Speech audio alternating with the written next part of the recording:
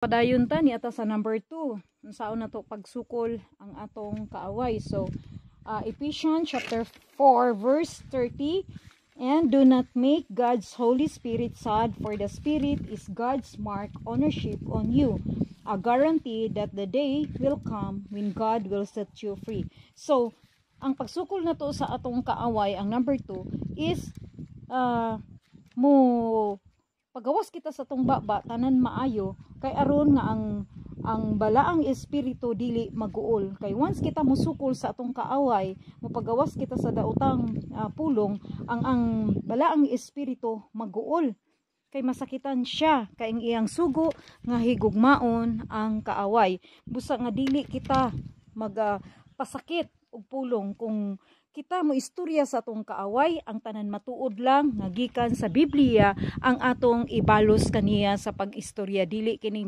atong kaugalingon nga pulong.